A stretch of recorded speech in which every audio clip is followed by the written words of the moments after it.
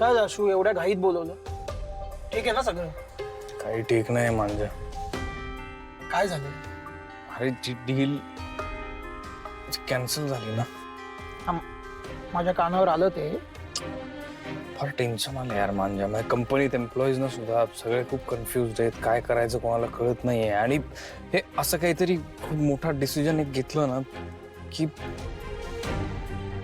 की सगळंच बदलतं कंपनीत. माइंडसेट बदलतो लोकांचा. मी काय म्हणतो आशू, तू नको लोड घेऊ ना. म्हणजे बघ, एक डील गेली मला मान्य आहे, पण डील येत राहतील भाई. तेवढं सोपं नसतं रे ते. कंपनी माझ्या एकट्याची थोडी आहे. मी हा डिसिजन घेतला पण त्याची गरजही होती. पण सिच्युएशनच तशी होती. तो सीईओ ऐकून घ्यायला तयार नव्हता. तो शिवाला तिचं क्रेडिट देत नव्हता. आणि प्लस त्याला असं वाटत होतं की शिवाला काहीतरी मेंटल प्रॉब्लेम. असं कसं?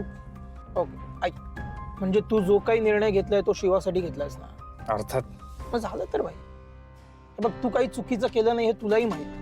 आणि आशू हे बघ, जो काही प्रॉब्लेम झालाय, डील गेली, तर आम्हाला तुझ्यावर विश्वास आहे. तू सगळं परत नव्याने उभं करशील.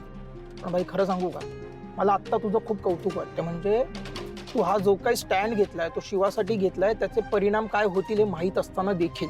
ते ठीक आहे रे, पण कंपनीचं टेन्शन आलंय मला. अरे आशू, नको लोड घेऊ बाई. हे बघ, जे तुझं आहे ना ते तुझ्याकडेच येणार. आणि वेळ हे सगळ्यावर उत्तर. मेहनत तू नेहमीच करतोस, अजून मेहनत कर भाऊ.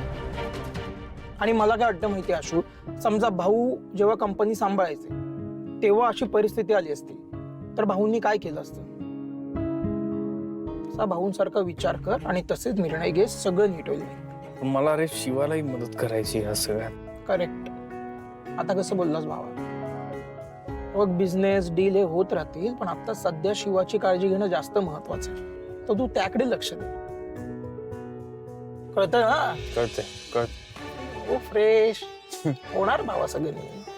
हा, चल आता मी आलोच आहे, तर मस्त कॉफी पिऊ.